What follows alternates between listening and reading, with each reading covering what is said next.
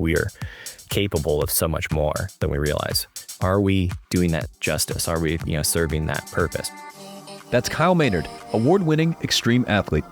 And a lot of the time, I think it has to do with both the standards that we hold to ourselves, and the people around us that are, helping make decisions in ways in which we can't make decisions for ourselves.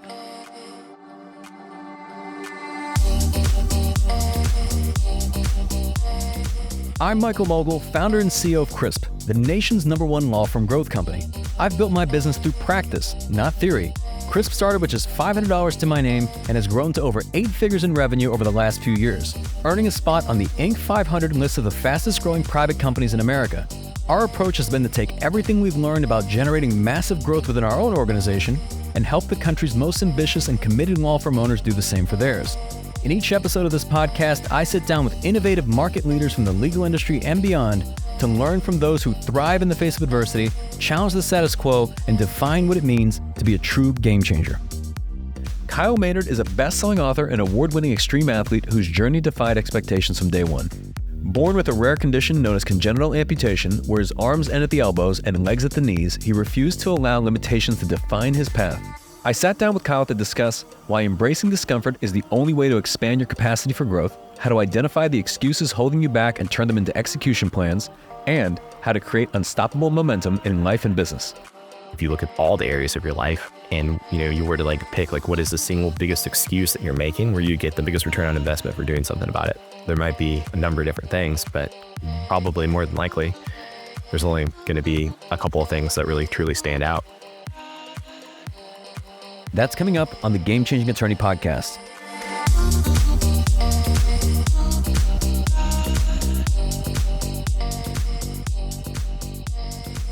Before we begin today's episode, I want to remind you that we aren't beholden to any sponsors or run any ads on this podcast. This allows us to present all of our episodes raw and unfiltered. I'm not going to push any made-to-order meal services on you or try to save you any money on your car insurance. That being said, I have one small request. If you receive any value from this podcast, please give it a 5-star review. Pay the fee so we can keep this podcast free. All right, Kyle, welcome to the podcast. Hey, thanks for having me. This is exciting because we're recording this a little while out, but by this point, people will have heard you at the Game Changers Summit this year in Atlanta. And undoubtedly, I know you crushed it. So in some respect, this is kind of an interesting podcast and that we're recording a little bit before that. But I mean, you've accomplished incredible feats. I mean, everything from, and we'll get into it, right? Like climbing Mount Kilimanjaro, wrestling, MMA, writing a best-selling book, building businesses. I'm just curious, if you go back to young Kyle, what aspects or perhaps how did your upbringing shape your mindset or pursuit of these types of feats? First of all, thank you for saying that. So many of the things that I've gotten to experience, I never would have imagined that life would have led that way. But I think that's what happens, when you answer the call, you just, you go on your journey. It's, just leads to sometimes places where you never would have thought that you would have gone. And the foundation of it all, for sure, undoubtedly was my family. And I think that they made some really key decisions early on. Your audience might benefit from some idea of the physiological description of me. So basically my arms end right at the elbow, both arms, and my legs end right where the knee would be. I had feet. And I use my arms for everything from, typing, eating, writing, driving, you name it, jiu-jitsu, whatever it is.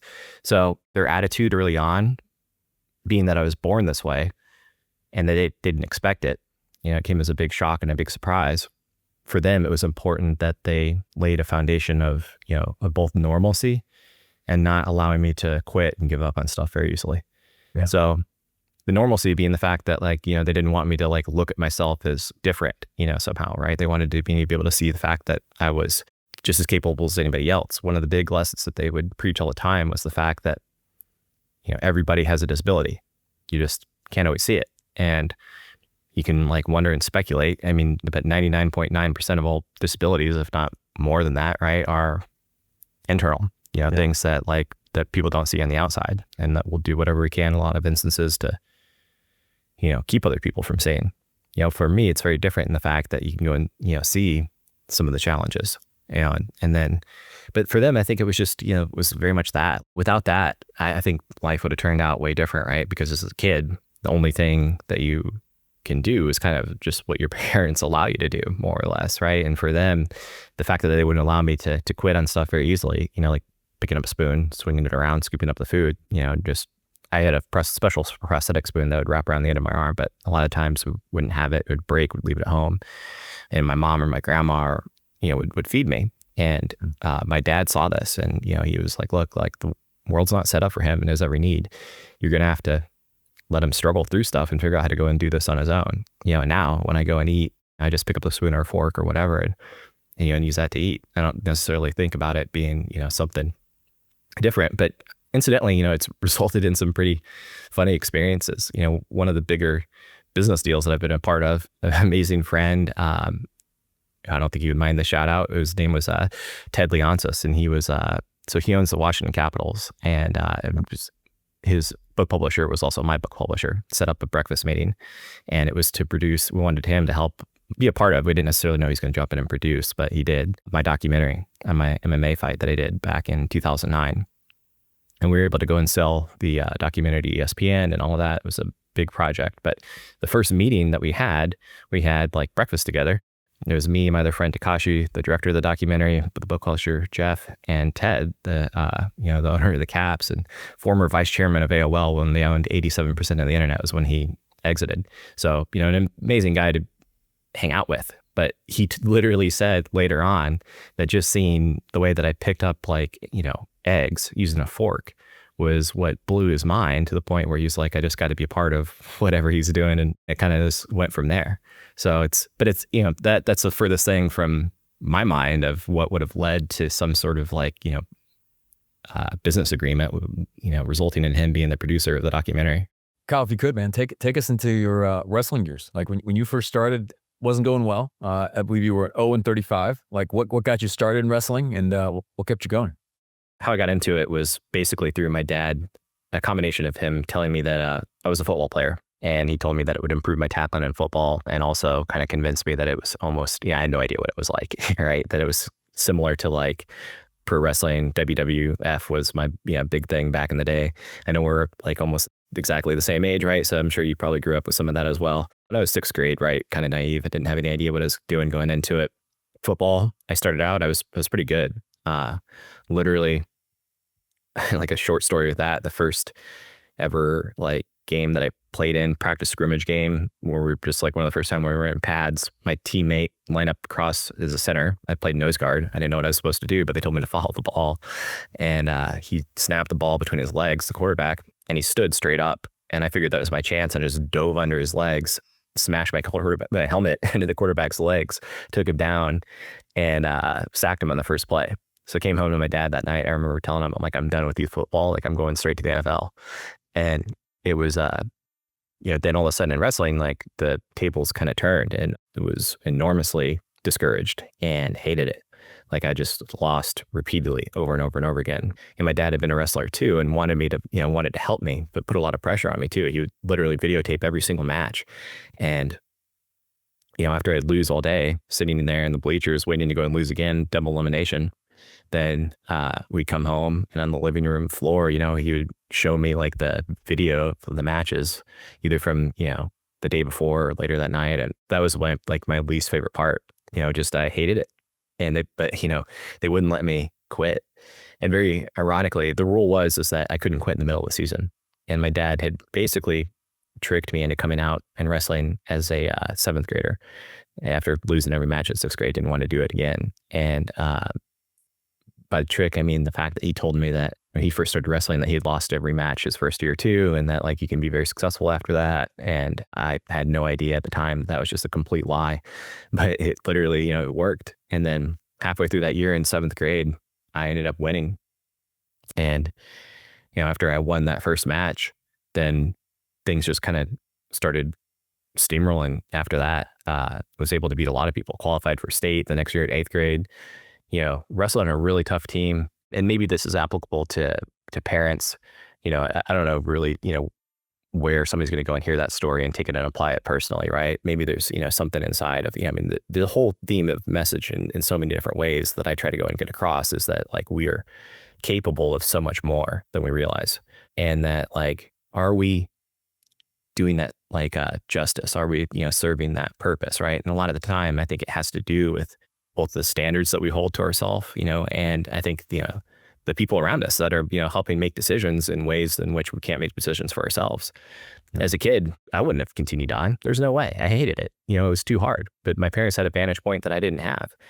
And I think one of the biggest lessons that I've learned in the business world and more from business failures is the fact that I think that when you're working with a team, obviously you can't scale and, grow a business as I mean, for sure.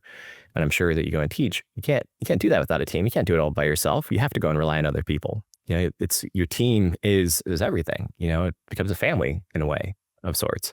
And you have to be able to go and rely on, those people to be able to go and, make those decisions. And if they're not willing to go and make those tough decisions, and sometimes that means stuff that we don't want to handle, that we don't want to go and deal with, and maybe potentially are, dragging on too long. It's sometimes that, grit mentality can become a big excuse too, right? Like in driving through something. But for them, they knew that if I continued on, then the odds were that I was eventually going to break through, that I was eventually going to go and win. And very much kind of turned out that way.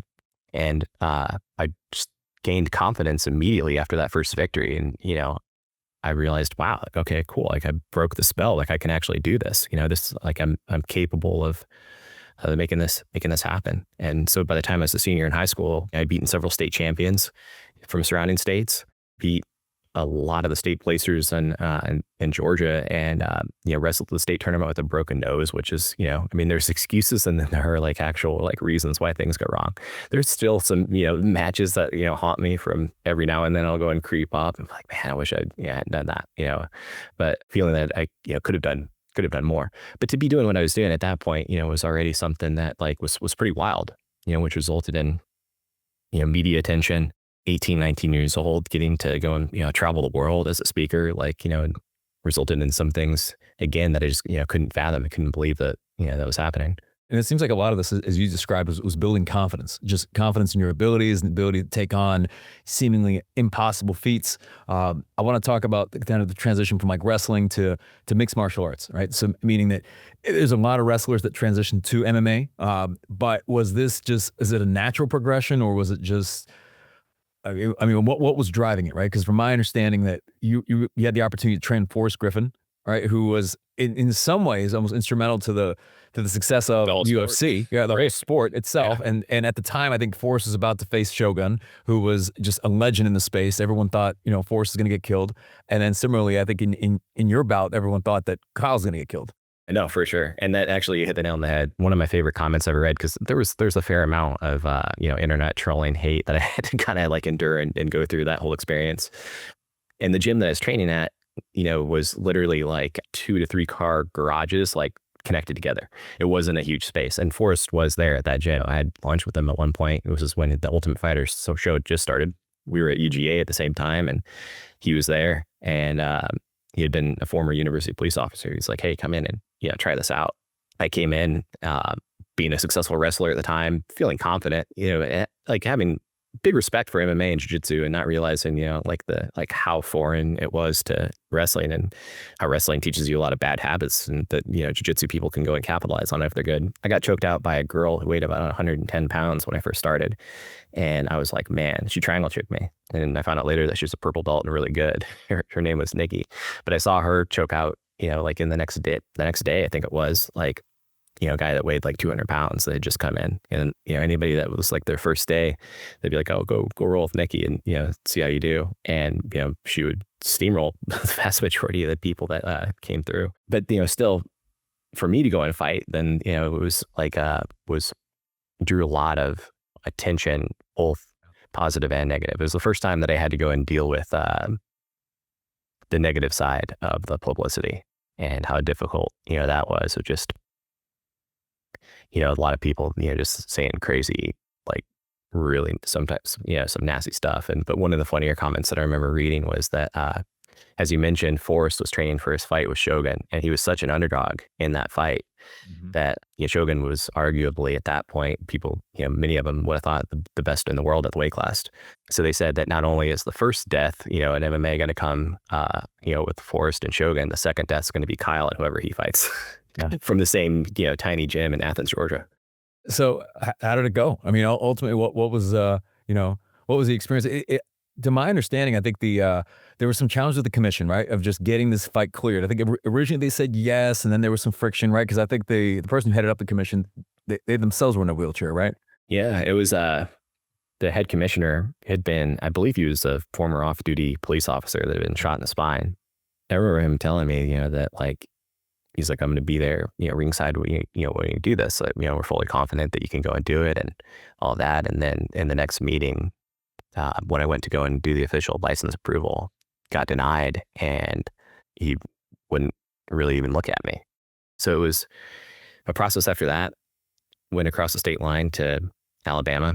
There was no boxing commission there, and highly unregulated, but we fought in like a arena, kind of like rodeo, like arena barn kind of environment. And there's a lot of like publicity and different things on it, but for me, I think ultimately like that was like such a minor aspect of it. Like I just Mhm. wanted the experience of getting in there. I wanted the experience of stepping into the cage. And the truth of the matter is, I think there's I don't know all of it by heart, but the Teddy Roosevelt quote, "The man in the arena," Oh yeah. and I think it ends with him saying something about the cold and timid souls who know neither victory nor defeat. Yep. And I think that for me, I got to go and step in the cage, be in there, go through rounds. I lost, but it was one of those things I got to go and like check off the bucket list of literally sitting in the cage and looking out into the crowd, right? Like, and the vast majority of MMA fans don't ever get that experience. They're sitting outside watching the sport, and having that like experience of being able to be in the cage looking out, like it was wild, and I think that stays with me now too to this day. Yeah. And speaking of, I guess, cold and timid souls, I guess one of the other feats that you went for was climbing Mount Kilimanjaro, and not just climbing it. I think bear crawling was it 19,000 feet. My first question is like, where does an idea like that even come from? Like how do you set a goal? There's a combination of things. One being that I wanted to be able to just go and explore a bunch of different, you know, I wanted to be able to go and explore, and nature and the hike and all that. Like just the idea of it kind of like struck me as a huge challenge. And I had just done a CrossFit competition, and the first workout on that, I decided to go and do this competition like a night or two before it started. And the first workout was you had to do 1,000-meter row on a rowing machine, and then you had to go and sprint up Stone Mountain, which is 900 feet near outside of Atlanta. And with that, like I've used leather welding sleeves on my arms, and I've used bath towels and duct tape and different things like that to go and come up with a pair of shoes before some amazing people came in and helped me build out like a carbon fiber shoe. But with that, where I first started, it took me an hour and 42 minutes, I think, just to go and do it. And I tore off the skin off the end of my arm. Like it was, really challenging. But then I got to the top, and I remember, I had been to the top of uh, Stone Mountain before, and, looking out and seeing Atlanta and seeing like the view of the city after like having gotten there on my own steam. I previously where we'd take a tram to the top, and it's drops you off, take a couple pictures, and then jump on and ride the tram back down. And after doing it on my own steam, like it was like a completely different experience of taking it in, a completely different view of just, how amazing it was. And I told my friend that night I want to go and do Kilimanjaro, and she was like, "You're insane. You're out of your mind. You almost, killed yourself, tore all the skin off your arms, like doing this one. Like, why would you even think about wanting to do that?" And I told her, I don't necessarily know. Like, I don't know if I can. I don't know if I can't. I'm not sure what like, is going to happen, with this, but I want to figure it out and kind of put the word out of different people that I wanted to go and do this with. And my friend, who was managing my gym at the time, I owned a CrossFit gym around that time that I did that competition. It was shortly after we had just opened. And gym manager introduced me to a friend who introduced me to another friend that we had dinner together, and became a close friend. He literally just played the soundtrack from the movie Inception, the song Time. And he was like, imagine if we can go and do the climb and like make a, video to something like this song. And, to have that kind of like weight. I was like, wow, like he gets it. But it was a fight and a process too. Like he moved into my house, and we spent the next, close to a year kind of figuring out how we're going to actually make it happen and pull it off. So when you're on this climb, I mean, were there any times where you thought about turning back? Oh, for sure. Yeah. I mean, so the thing with Mount Kilimanjaro is that it's so long. So the altitude wasn't necessarily like the biggest factor that was causing the issue. It was just how long it was. And it was close to 30 miles and a 30-mile bear crawl, plus the altitude, plus terrain and different things like that. But I definitely was at like a breaking point. Ironically, on the fourth night of the climb, and Mount Aconcagua, which we took on a couple of years later in South America, the highest peak in the world outside of the Himalaya. Mount Aconcagua was 22,800 feet. Kilimanjaro is, I think, 19,340. That little bit of difference, like we spent 5 nights, I think, above the summit of Mount Kilimanjaro on Aconcagua. That climb took almost 2 weeks to complete. Kilimanjaro, I think, was 10 days up, like 2 days down. But I remember being in my tent and both the fourth night of both trips and being so broken and like, having those thoughts going through my head of like, why am I doing this? Like, what is the point? Kilimanjaro, I didn't feel as though it was something that could be like fatal. I just thought it was really hard. And Aconcagua, it was something where I thought that like actually could kill me, with like how hard it was. But the main thing being, after the most brutal day of the climb, we had to go climb through this ice field called the Penitentes. And the short ones, there's like these ice pillars, and there's thousands of them through this like kind of cavern that comes, like the wind comes through and carves out these ice structures. So the 3-foot ones you kind of have to like climb over, and then there's others that are like 5-6 feet. Some of them are like 7, 8, 9 feet, and you kind of like wedge yourself in between and like pull around through that. I had to do about, I don't know, it felt like close to 1,000 pull-ups through this ice field, and was just a absolutely brutal day. And nothing I could have done in the preparation, like looking at that, like thinking, okay, like that many, I'm gonna have to do that many pull-ups through that. Like I had some idea of it, but not nearly what it was. But I just had to tough it out and go and do it. But I got to the tent that night, and my resting heart rate wouldn't go down. It was like fluctuating between like, it was like sitting like right around 135. Oh, wow. And at altitude, I was like, this is crazy. And so, I had like that fear that literally when I closed my eyes to go to sleep that night, that I wouldn't wake up again. Wow. And, but I did, but I, at that point, had to debate as to whether or not I was going to keep going. Do I quit at that point, or, do I, tough it out? And we decided to go and take a, rest day there. And I decided that I wasn't going to like make that decision about quitting until the next morning. The next morning I woke up, I felt strong enough, like, okay, I can keep going, I can do this. And sure enough, it was, I was able to become stronger, I think, as the rest of the climb went on. And there's some advantages to that too. I mean, my arms and legs, I think, it gives me a bit of an advantage with altitude. And there's less like surface area for the blood to go and circulate in. And so I was able to recover, I think, a lot faster, from the heart to extremity. That space was a lot less. So it was actually, I think, my friends, in some ways, it was more challenging for them, I think, than it was. I mean, it was still super challenging for me too, but it became a bit more of an even playing field after that. God, I'm curious, like just in situations like those, and even others that you've just experienced throughout your life, what do you feel separates people who quit from those who keep going? I've seen it, in moments, in certain instances where I wouldn't have even expected it, in just different times where you see someone, like, it's as if something like a shift or change happens in someone's like heart and soul, their eyes. I don't, where somebody just, looks like done, dead, defeated, like, and then all of a sudden, like, there's like a shift that in them that like you can see, it's tangible. You can notice it. This is a different kind of adventure, but I was invited to do a bike trek across Greece. It was a foundation fundraiser for the Navy SEAL Foundation and the Glenn Doherty Foundation, one of the SEALs that died with the whole Benghazi scenario. And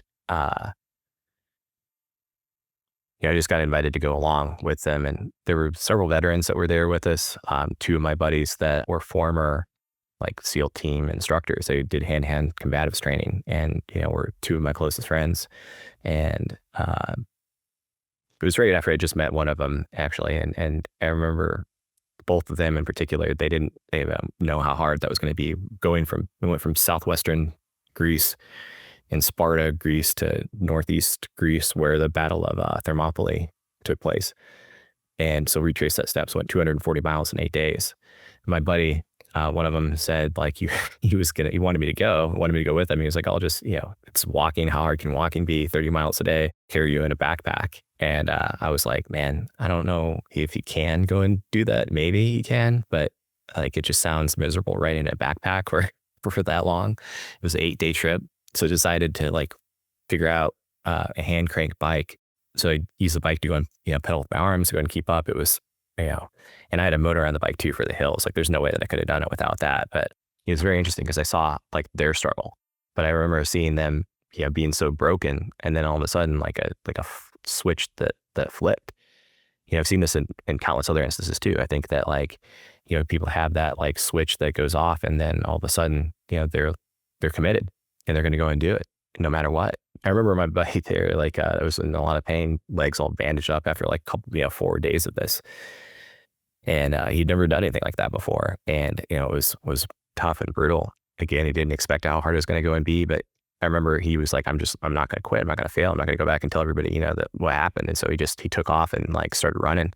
And I was like, man, it's going to be done. See him like sitting at a bar, a couple, miles down the road. And he wasn't. Like, didn't see him for a long time. And then I ended up at the finish line, for the day where everybody had stopped, and he was just, sitting there squatted down, and like, the look in his eye was like just changed completely. And he ended up, kind of leading the pack, through the rest of the way. But the first friend that I made in the SEAL teams in that community has taught me a ton, so many different ways. But the first friend that I made there was a guy named Richard Makowitz. And he had a quote, that mantra that he lived by. He's since passed to a brain tumor, but I know for sure he lived this with every second of his life, undoubtedly. And the mantra was, not dead, can't quit. And, just is that simple, not dead, can't quit. And sometimes for me, like, I go to that, and kind of revert to that. Like, of just, things get really tough, hard to fathom, like, what is left. And just, I try to bring my focus of like, what's right in front of me, what to go and deal with. And that, like, ask myself that question, are you dead yet? No. If I hear that voice in my head, then I'm not. I still can't quit. Now, to take this, in another direction. I mean, I'm sure that there's times where you don't feel particularly motivated. You don't feel like doing what what you've got to do, what you've got in front of you. What are, I guess, are there any systems or habits that you rely on just in those times where you just don't feel like it? The important thing too, and I think I have the, interesting advantage of being able to go and think about this like a fair amount, of the sense that, like, if you're talking to other people about excuses, then, you're constantly thinking about like where you making excuses too, right? And that they're always there, right? And it's not necessarily too that like some are always like that bad, right? Like that they're, missing, some workouts or something like that, or whatever, right? Like missing like a big deal that you could have gotten. Sometimes, things are going to be fatal or non-fatal, right? Like it's not like every excuse that we go and make is of equal magnitude. But for the bigger ones, right, I think that like the more like insidious ones that are like more hidden, to go and see, that's where you have to start. Is you have to like look there, go and tell yourself like the truth about this area of my life is out of whack, and I need to go and do something about it. What is most important to you? If you're out of balance in some area of your life, like what is it that like you can go and then like look at, tell the truth to yourself, and bring it in balance. There's different research that says different things on this, and I'm sure different people react to things differently. Like for me, it's helpful to go and write it down, like look at it, have it be like a reminder to go and deal with it. And that may depend on the type of person. Some people might find that like discouraging, that it's, but like at that point, I think it's a change of mindset. You got to confront those kind of things. You can't like let them, continue to to run the show. I'm curious what, around the time, I think this is when you and I are both at UGA, you wrote the book, you're going on Larry King. I don't know if this was exactly around the time that you were in like the Abercrombie and Fitch like ads, and it's just a lot of things going on in the media with you. And I'm curious what led to you writing the book, like No Excuses. So it was freshman year at UGA, and it was Christmas break. There was a couple big media pieces that came out. And I remember one was a front page story on USA Today, and the other was doing an interview on Larry King. And he was, kind of like one of the biggest commentators in the world at that point. And, just that level of exposure was, just massive. And I got to go and do an interview with him. His producers, somebody on their staff had, seen the USA Today article and invited me to do their show. And so at 18, I wasn't even 19 yet at that point, like got to do an interview on Larry King. And at the time I hadn't figured out how to get a vehicle adapted to drive yet. And Larry was bound and determined to like help me figure out how we're going to go and do that. And so every commercial break, he was sending people to my website to go and, try to like help me. Like, if anybody can figure out how to get this kid a car, like we got to get him a car. It was wild. Like there was thousands of emails that poured in that night of different people saying different things. Of, thank you so much. You helped me in different ways. I remember one message that came through that somebody said, you don't know me, you don't know my story. And I'm not going to, go into it here, but they said like, want you to know that like I was drafting my suicide note as I watched this episode, and that your story got me to stop. And just thank you. Other people ended up like finding ways to help me figure out how to adapt a car. And one of the other messages came from my book publisher, who he ended up sending me an email and said like, I want to tell your story and help you publish your book. And my parents were the ones that went through all these emails to help me manage it. And my dad found the one about the book deal. And, I went straight from LA, where the interview with Larry King happened, to meet the book publisher in New York. And we took a train the next morning down to their office in DC, and I came home with a book deal. But, it was like such a whirlwind, like 36, 48 hours at that point. Like it was just so wild. I love it. I love it. What, how do you define success? It's had to change and shift.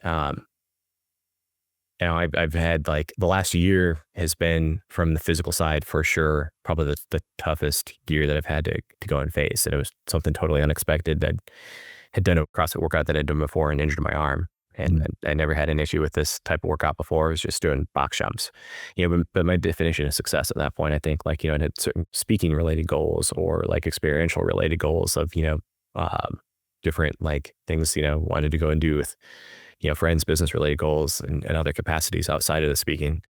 Other goals, very like I got into like filmmaking, photography, different things like that, like, kind of brand related stuff. But the physical side of it too was such a huge part of things for me for so long, kind of a non-negotiable, like it was like a big aspect of what I loved. And when I injured my arm, like for a while, 6 to 8 months, it was, just like the only thing I could do was swim.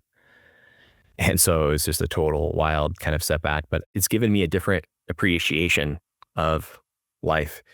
I think that like happens, especially in those kind of moments, when you get stripped of something, then, you have to, look at things differently. For those that are listening that, have dealt with, business related losses, right? I mean, like you have a business go under, or close to, or health related scares. There could be all kinds of different things. I think that like, or something happens in, your family, right?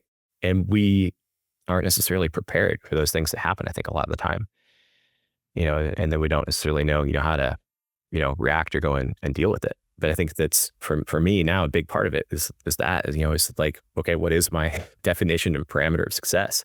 And it's changed so much, I think for the better, for sure. But there's definitely like excuses that I could see that have, like slipped in different ways. But it's like, kind of taught me like just more to enjoy like the day today. One of the things I learned about you that I didn't know previously, and something that like very few people know about me, I think, is that, became a huge like esports junkie, talking about climbing the Call of Duty ladder.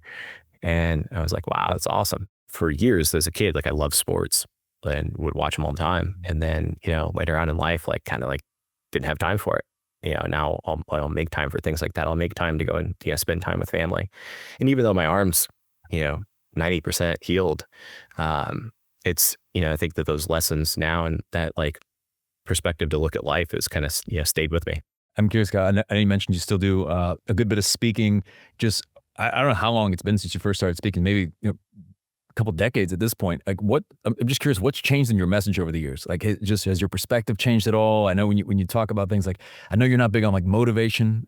It's more about like inspiration in many ways and kind of the no excuses mindset. But just has anything changed just in your perspective over the years?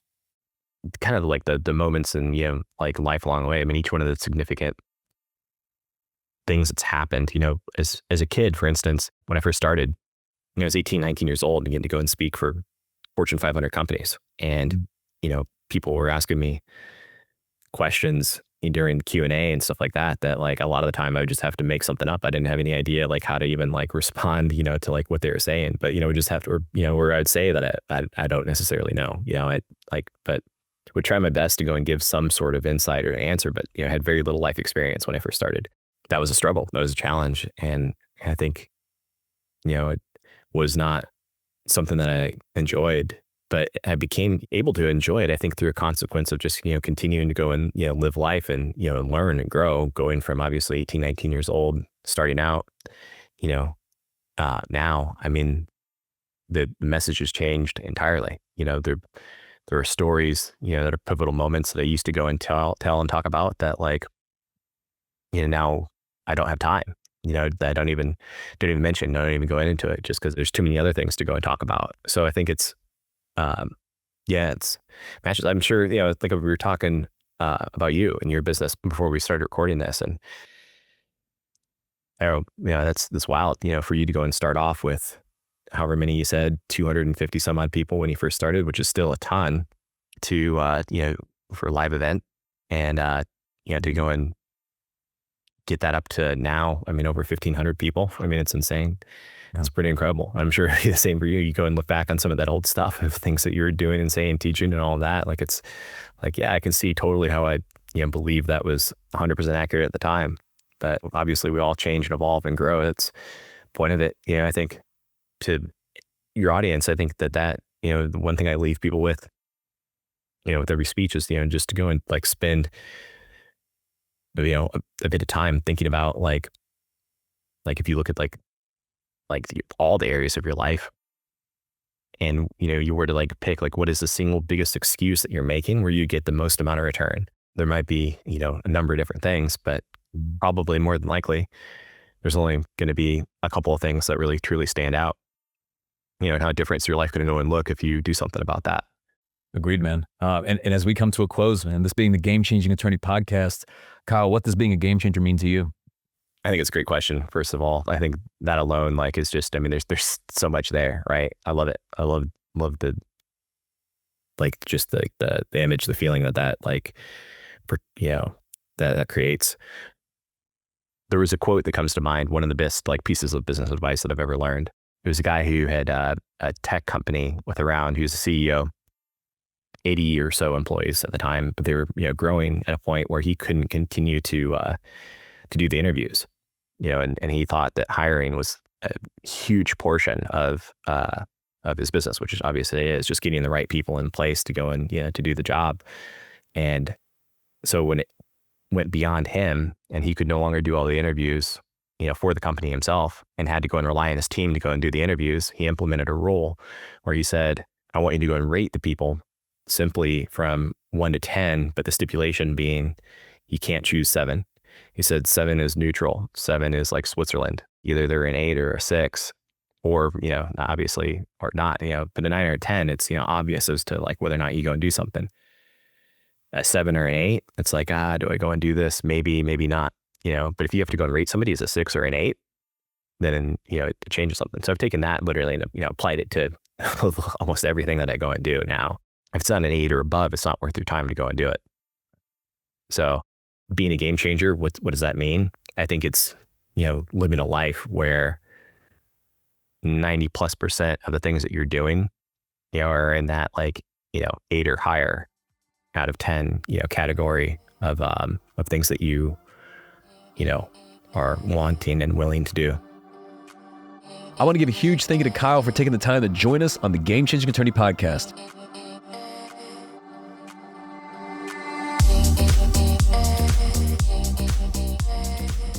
If you found this episode valuable, here are 3 free ways that I can help you grow your law firm. Number 1, download the first chapter of my book absolutely free at GameChangingAttorney.com. Number 2, you can shoot me a text at 404-531-7691 and I'll answer any question that you've got for me. And finally, number 3, if you can leave this podcast a 5-star review, it'll help us gain access to more influential thought leaders and bring their lessons learned here to you. For more information on our interview with Kyle Maynard, see the show notes for this episode in your podcast app or visit legalpodcast.com.